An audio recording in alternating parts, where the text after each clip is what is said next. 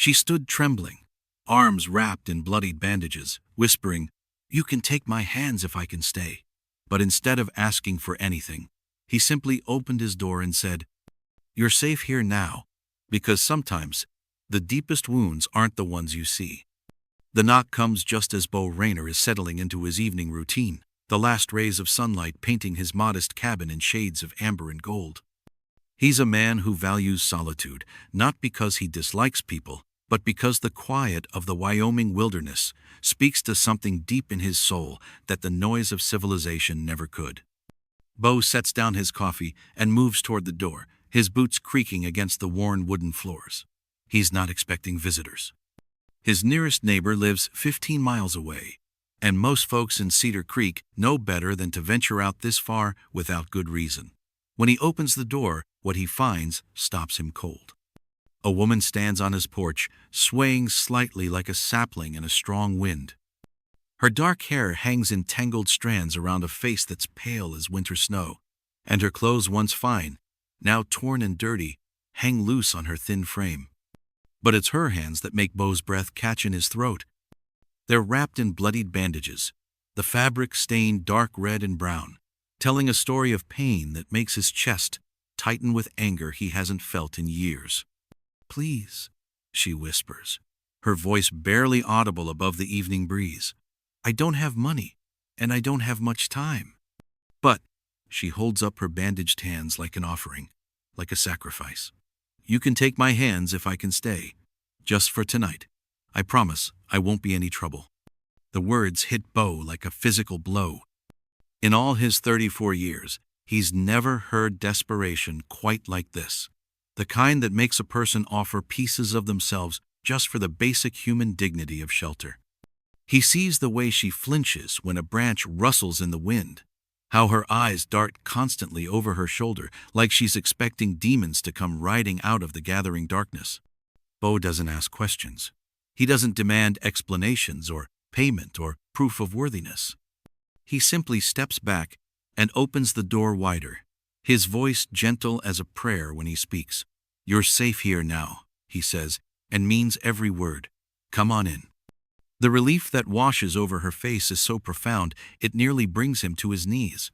She stumbles forward, crossing the threshold like she's crossing from hell into sanctuary, and Bo catches her elbow when she wavers. Her skin is ice cold beneath his touch, and he can feel the tremors running through her body like earthquake aftershocks. As he guides her to the chair nearest the fireplace, Bo notices the careful way she moves, like every step might be her last. This isn't just exhaustion, this is the bone-deep weariness of someone who's been running for her life. And from the look in her haunted green eyes, she's not sure she's run far enough yet. If you've ever believed in the power of second chances, this story is going to stay with you. Don't forget to comment below before we go further. Bo works in careful, practiced silence, the way a man does when he's learned that sometimes words can wound deeper than any blade. He fills a basin with warm water from the kettle that always sits simmering on his stove, gathers clean cloth from his limited supply, and sets them on the small table beside the woman's chair. She watches his every movement with the alertness of a deer poised to bolt, her fingers twitching like she's ready to run at the first sign of danger. "What's your name?" Bo asks softly, kneeling beside her chair so he won't tower over her. Even this small gesture, making himself smaller, less threatening, seems to ease some tension from her shoulders. "Callan," she whispers, and then adds quickly, "That's all I can give you right now." Bo nods like this is perfectly reasonable, because, to him, it is. He's seen enough broken things in his life to know that healing happens on its own timeline, not on anyone else's schedule. "That's enough," he says, and begins to carefully unwrap the bandages from her hands.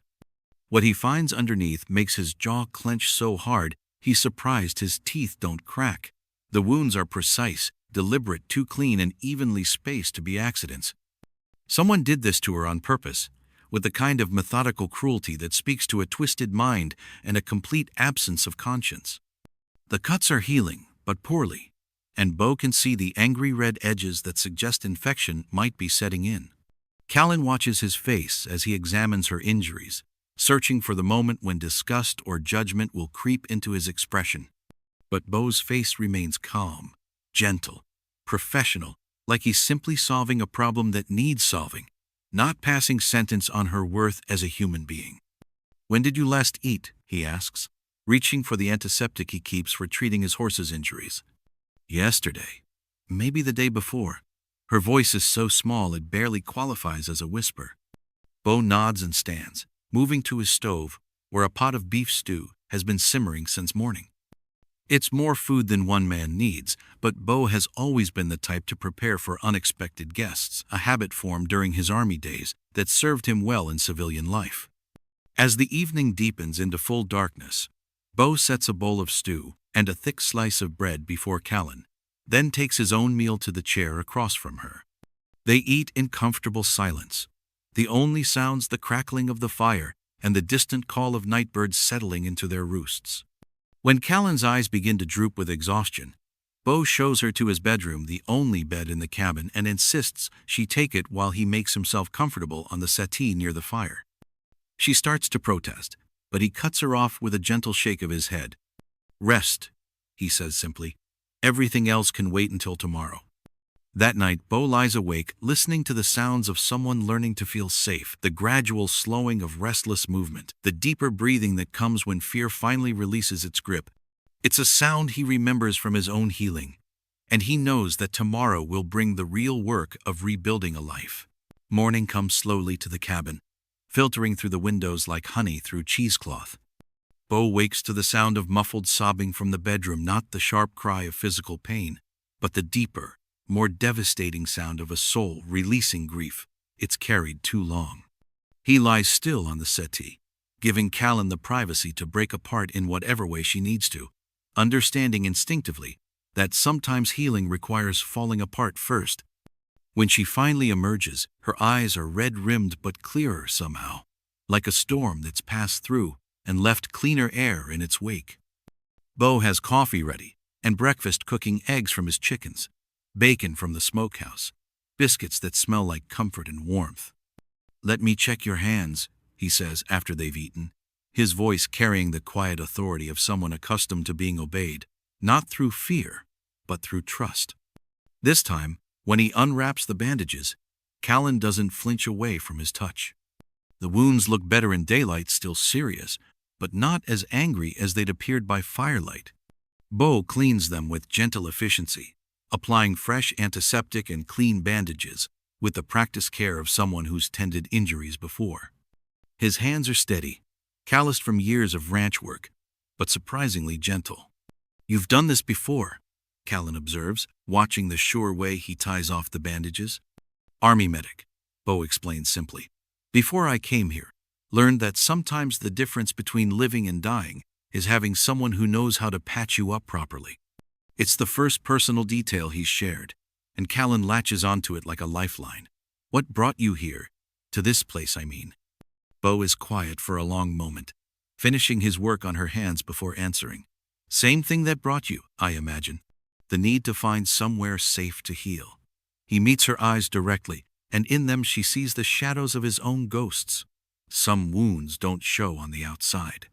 The admission creates a bridge between them, an understanding that they're both refugees from something, both seeking sanctuary in this remote cabin, where the outside world feels far away and manageable. For the first time since arriving, Callan allows herself to truly look around Bo's home, noticing the careful way everything is arranged, the books on the shelves, the guitar leaning against the wall, the small touches that speak of a man who's chosen solitude but hasn't given up on finding beauty in simple things. "Can I help?" she asks when Bo begins preparing to go outside for his morning chores. "I'm not much use with these." She holds up her bandaged hands. "But I can carry things, or—" "You can keep me company," Bo says, and the smile that crosses his face transforms it completely. "Haven't had anyone to talk to besides the horses in longer than I care to admit." As they work together through the morning, Bo doing the heavy lifting while Callan organizes tools and feeds chickens with careful one-handed movements, a comfortable rhythm develops between them. It's the beginning of partnership, though neither would call it that yet. 3 days pass in a rhythm as natural as breathing. Callan's hands begin to heal, the angry redness fading to healthy pink. And with each passing hour she seems to unfold a little more, like a flower remembering how to reach toward sunlight. Bo shows her around his small ranch, the vegetable garden, the chicken coop, the pasture where his horses graze in lazy contentment. It's when they walk down to the creek to wash clothes that everything changes. The morning is peaceful, with clear water running over smooth stones and meadowlarks singing from fence posts. Callan kneels beside the creek with a basket of laundry, her movements more confident now that her hands are healing. Bo works upstream, checking the small fish traps he's set, both of them comfortable in the kind of easy silence that's become their natural language. The sound of approaching hooves drifts across the prairie, distant thunder that might be nothing more than wild horses moving to new grazing, but something in the rhythm sets off an alarm in both their minds. These aren't the random movements of animals. They're purposeful, directed, the sound of riders with a destination in mind. Callan's reaction is immediate and visceral. Her entire body goes rigid with terror so profound it's like watching someone die while still breathing. The wet laundry falls from her nerveless fingers as she scrambles backward from the creek, her face draining of all color. "Hide," she whispers, her voice barely audible above the babbling water. "Please, Bo, you have to hide. If he finds you with me." The riders pass without stopping, their destination somewhere beyond Bo's property. But the damage is done. Callan remains frozen by the creek bank, her whole body shaking like a leaf in a gale, her healing hands clenched into fists that split open her barely closed wounds. Bo approaches her the way he would a spooked horse, slowly, carefully, making sure she can see his every movement. "They're gone," he says softly. "Whoever it was, they're gone." But Callan is somewhere else entirely, lost in memories that have claws. He'll never stop looking. She whispers, tears streaming down her face. I hoped maybe I'd gotten far enough away, but he'll never stop. He thinks he owns me." The words hit Bo like a physical blow, and suddenly the precise nature of her injuries makes terrible sense. This isn't the story of an accident or even a random attack. This is the story of systematic cruelty, of someone who took pleasure in breaking another human being piece by piece. "Tell me," he says, settling beside her on the creek bank. "Tell me what you're running from." The story comes out in fragments, like pieces of broken glass that cut as they're pulled free. A man named Torrin Gage, who'd bought her from her desperate family like she was livestock. Months of captivity disguised as marriage, where her body wasn't her own and her will was systematically broken down until she forgot she'd ever had one. The night she'd finally fought back, clawing her way to freedom with nothing but determination and the stolen horse that had carried her this far. "He cut my hands," she says, staring down at the fresh blood seeping through her bandages. "When I tried to fight him off, said if I couldn't keep them to myself, maybe I didn't deserve to keep them at all." The days that follow are marked by a careful tenderness, as if both Bo and Callan are learning a new language once spoken in shared glances, small kindnesses, and the gradual dissolution of walls built from pain and mistrust. Bo teaches Callan to ride his gentlest horse, an old gelding named Moses, who moves with the patience of a creature who understands broken spirits. Watching her face light up with wonder as Moses carries her around the pasture, Bo feels something shift in his chest, a warmth he'd thought buried too deep to ever surface again. Callan laughs as the horse responds to her gentle guidance, and the sound is like music after years of silence. "I'd forgotten," she says when they return to the barn, her eyes bright with something that might be joy. "I'd forgotten what it felt like to feel free." The transformation is remarkable. Each day brings small victories, Callan helping with more complex chores as her hands heal, contributing ideas for improving the ranch, speaking her thoughts without the constant fear that her words will be used against her. Bo watches her, rediscover her own voice, her own opinions, her own worth, and finds himself falling for the woman she's becoming as much as the woman she was before her spirit was broken. That evening, Bo notices Callan staring forlornly at her boots, practical things, but worn through at the heels from her desperate flight across half the territory. Without a word, he disappears into his workshop and returns with leather, tools, and the kind of focused concentration that speaks to years of practice. "What are you doing?" Callan asks, settling beside him on the porch steps. "Fixing what needs fixing," Bo replies, his hands working the leather with practiced skill. "Can't have you walking around in boots that won't hold up." As he works, Callan finds herself studying his face in the lamplight, the strong line of his jaw, the way his brow furrows in concentration, the gentle strength in his hands that had tended her wounds with such care. When he finishes the repair and helps her slip the boot back on, his fingers linger against her ankle for just a moment longer than necessary. "Dance with me," Bo says suddenly, the words surprising them both. "Here? Now?" Callan looks around the empty porch, but she's already standing, drawn by something in his voice that sounds like hope. "Here, now." Bo extends his hand, and when she takes it, he pulls her into his arms with the kind of careful reverence usually reserved for holy things. They move slowly across the porch boards, no music but the night sounds of the prairie and the steady rhythm of their hearts beating in time. Callan feels herself melting against Bo's chest, her body remembering what it was like to be touched with tenderness instead of possession, to be held instead of trapped. When the dance ends, they stand close enough to share breath, close enough for Callan to see her own longing reflected in Bo's dark eyes. She rises on her tiptoes, drawn toward him like a moth to flame, but at the last moment she pulls away with a gasp that sounds like breaking. "I can't," she whispers, pressing her hands to her face. I'm not fixed yet. I'm still broken, still damaged goods." Bo cups her face gently, thumbs brushing away tears she didn't realize she was crying. "You don't have to be perfect to be worthy of love," he says with quiet conviction. "You don't have to be whole to deserve kindness. You just have to be willing to let yourself heal." The saloon in Cedar Creek buzzes with the kind of nervous energy that comes when strangers arrive, asking dangerous questions. Torrin Gage sits at the bar like he owns the place, his expensive clothes and cold eyes marking him as someone accustomed to getting what he wants through whatever means necessary.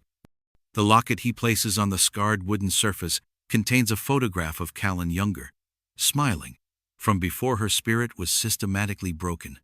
"I'm looking for my wife," Torrin announces to the room at large, his voice carrying the kind of authority that makes honest men uncomfortable and dishonest ones eager to please. "She's unwell. Ran off during one of her spells. I'm offering $100 in gold to anyone who can tell me where she is." The sum is staggering for a frontier town where most men make $30 a month if they're lucky. Conversations quiet as patrons eye the locket, memorizing the face of the woman worth so much money to this well-dressed stranger. "What kind of spells?" asks Jake Morrison, the saloon's owner, polishing a glass with movements that betray his nervousness. "The kind that makes a woman forget her place," Torrin replies smoothly. "The kind that makes her think she can survive on her own in the wilderness. She's not stable, dangerous to herself and others when she gets like this." It's a masterful performance, the concerned husband dealing with a mentally ill wife, generous with his money, patient with his explanations. Only the coldness in his eyes hints at the truth beneath the carefully constructed lie. Young Tommy Fletcher, barely 16 and eager to prove himself a man, listens from a corner table where he's nursing his first beer.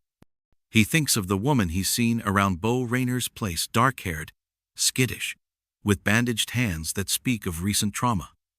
The description matches, and $100 in gold would solve every problem his family faces and more.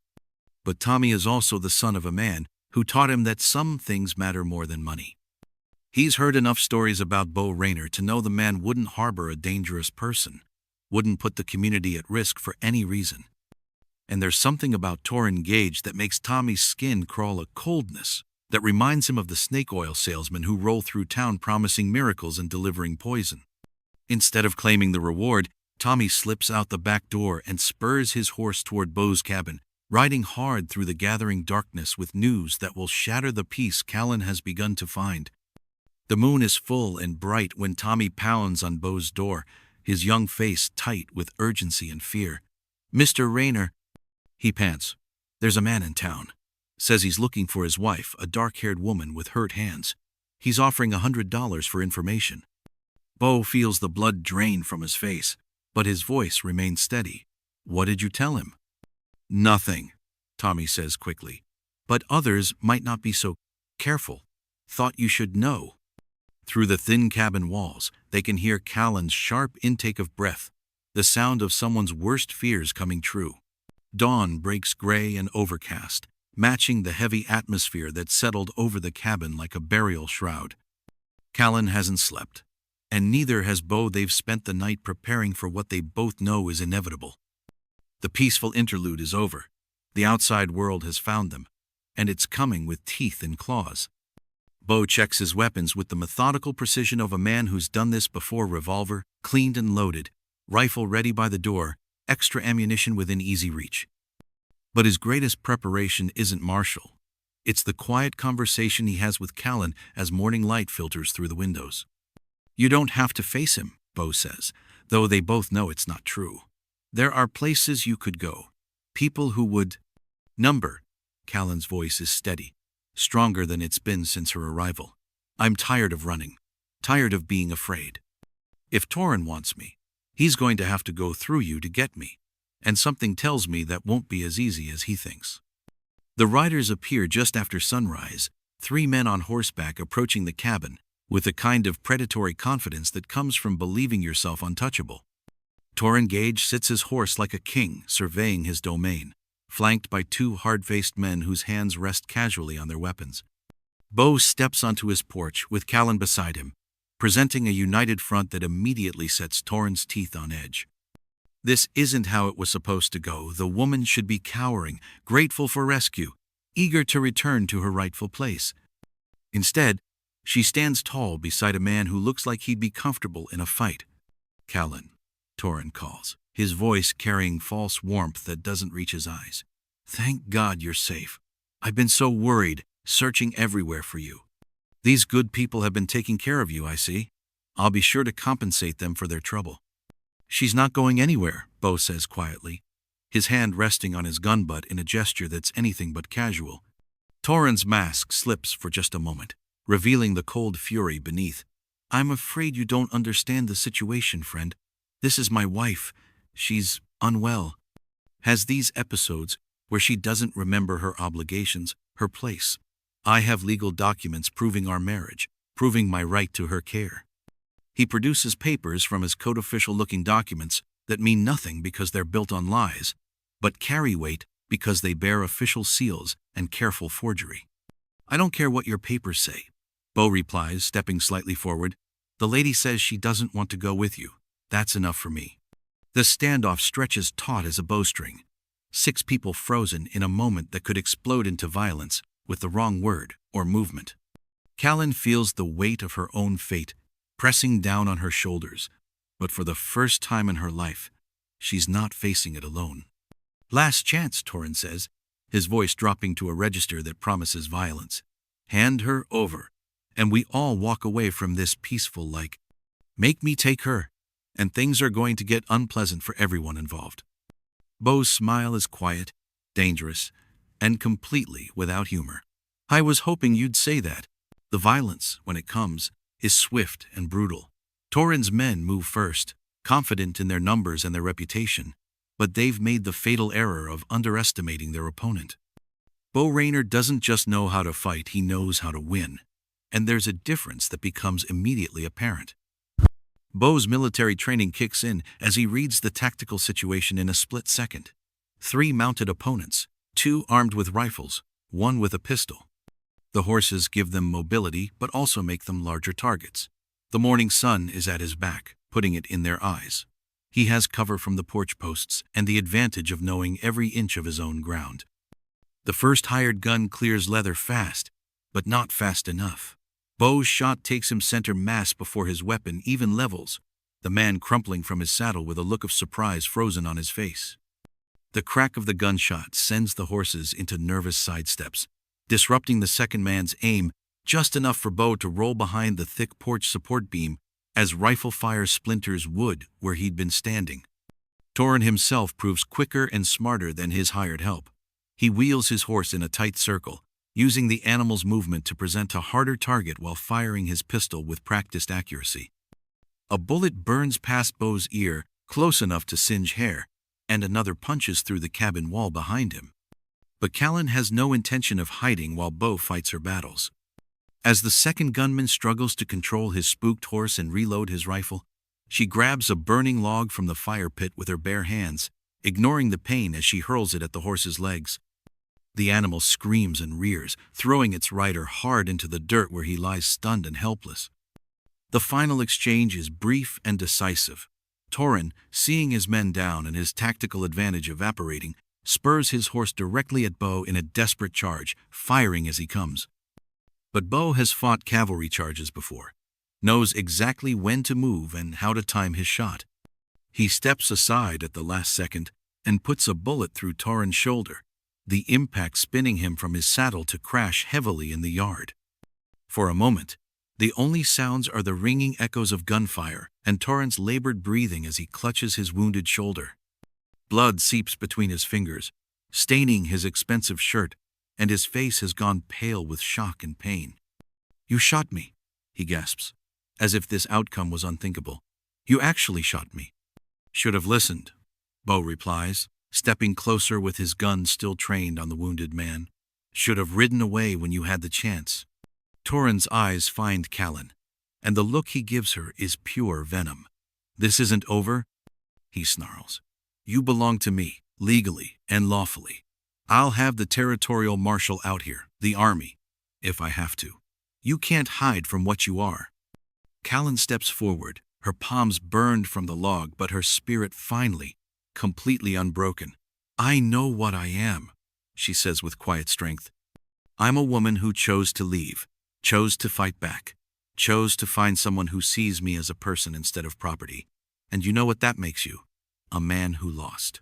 The aftermath of violence settles over the cabin like dust after a storm. Bo tends to a graze on his arm where one of Torin's shots came too close, while Callan helps him clean the wound with steady hands that no longer shake at the sight of blood. The roles have reversed now. She's the one providing care, and there's something profound in the exchange. "You could have been killed," Callan says softly, her fingers gentle against the torn flesh of his forearm. "He could have shot you, and it would have been my fault."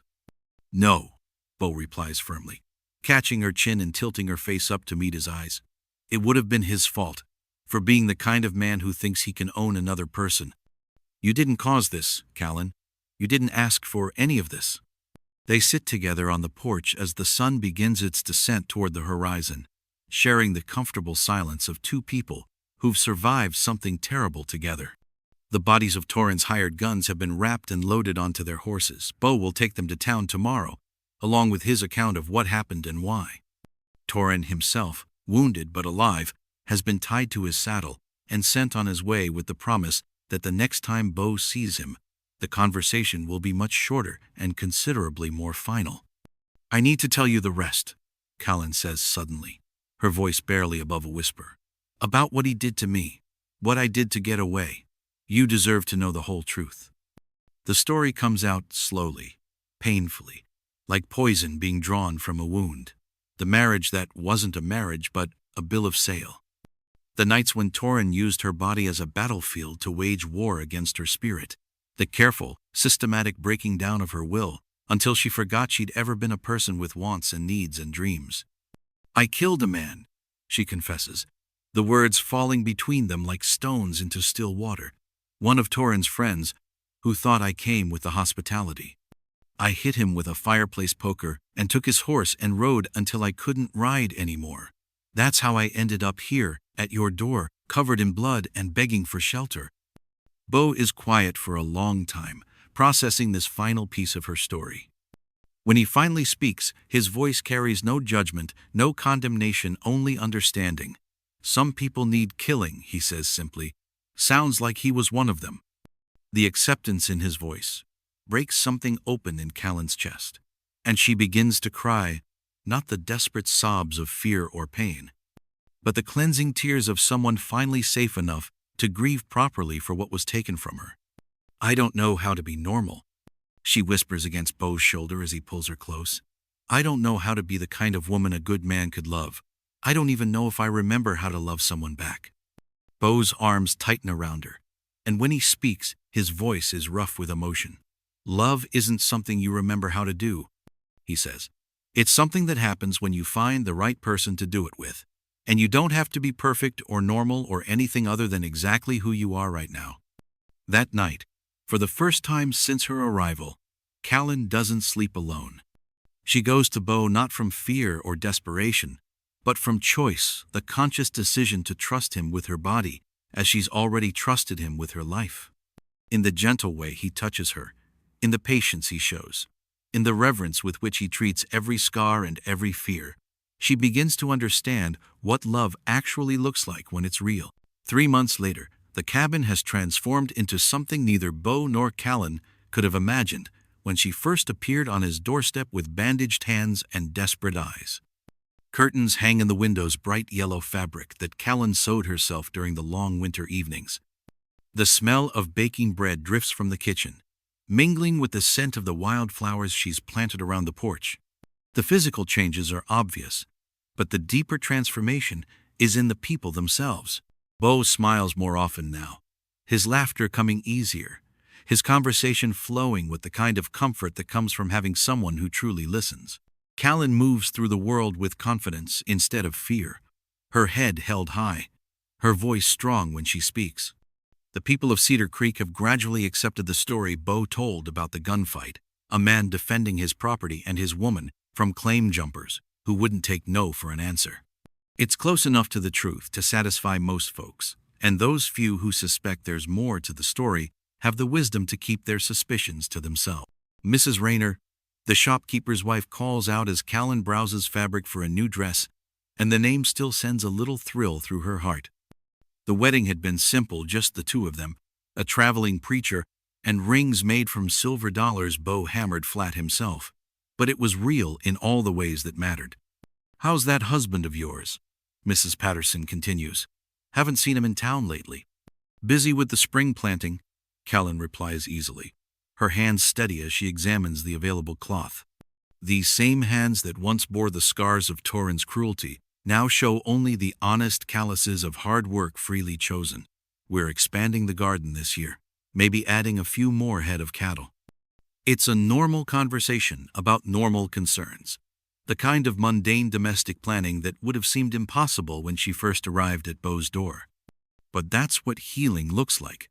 Callan has learned not dramatic transformation, but the gradual accumulation of ordinary moments that add up to a life worth living.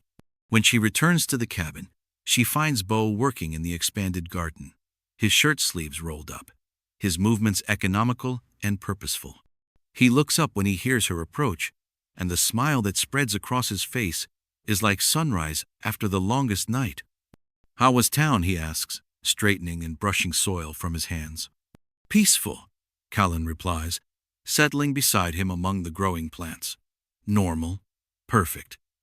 They work together in comfortable silence, two people who've learned that love isn't about grand gestures or dramatic declarations. It's about choosing each other every day, about building something together that's stronger than the sum of its parts. It's about seeing someone's scars and calling them beautiful, about offering shelter without expecting payment, about believing that broken things can be made whole again when they're handled with care. As the sun sets over the Wyoming prairie, painting the sky in shades of gold and crimson, Bo and Callan sit on their porch and watch the stars appear one by one in the darkening sky. They're partners now, equals in a life they've built together from the ashes of their separate tragedies. If you thought these were crazy, you won't want to miss what happens in this next video.